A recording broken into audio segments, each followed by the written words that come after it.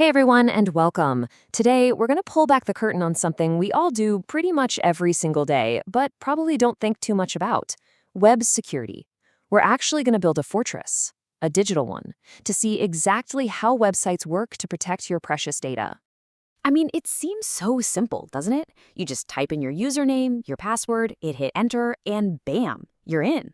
But behind that one little click, there's this incredible, invisible dance of security happening, all designed to prove that you are who you say you are and to keep absolutely everyone else out. And yeah, that's going to be our metaphor for this whole explainer. I want you to think of any secure website you use as this massive, impenetrable digital fortress. Every single piece of its security system, from the giant front gate to the deepest, darkest vaults, it all has a very specific job. All right, you ready? Let's get into it. So our tour of this fortress has to start where every user's journey begins, the front gate. This is the first line of defense. It's where the fortress decides who gets to come inside and who has to stay out. And it all kicks off with registration and your very first login.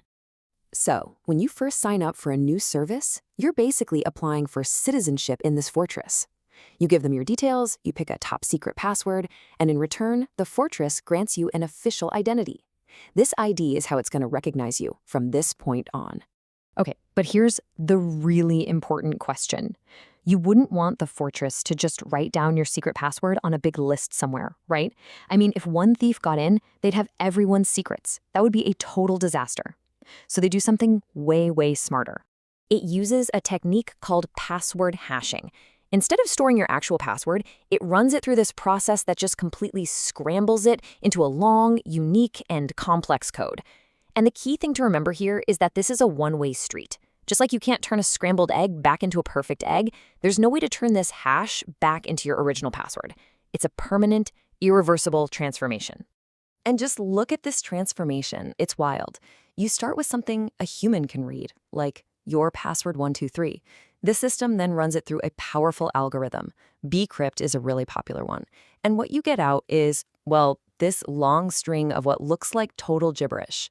That jumble-up code is what the fortress actually saves, not your password. Okay, so here's the magic trick. When you come back later and want to log in, you type your password again. The system takes what you just typed, scrambles it again using the exact same method, and then it just compares the two scrambled hashes. If they match, boom, the gate opens. The beauty of this is the fortress never has to know or see your real password. Not ever. All right, so you're in. You've made it past the front gate. But now you can't just go wandering around wherever you want. And you're not going to show your main ID and whisper your secret password to every single guard you see. I mean, that's just slow and super risky. Instead, the fortress gives you something much, much better. You get what's called a JSON Web Token, or JWT for short. But honestly, just think of it as your magic keycard. It's a special temporary pass that you carry with you as you move around inside. It contains digitally signed proof of who you are and what you're allowed to do, so you don't have to prove yourself over and over again. So this keycard is actually made of 3 distinct parts. First up, the header. Super simple. It just says, hey, this is a keycard, and here's how it's made. Then you've got the payload. This is the juicy part. It holds your user ID and your permissions, like whether you're a regular citizen or a royal guard. And then, the most important piece of all, the signature. Right, the signature. This is what makes the whole thing work.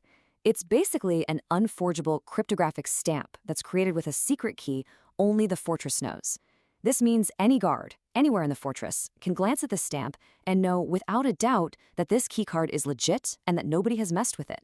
That verification is the bedrock of trust here. Okay, so let's put it all together. You're inside, you've got your magic keycard, and now you want to get into one of the really sensitive areas. You know, the treasury, or maybe just your private chambers. So how does the fortress actually guard these super sensitive rooms?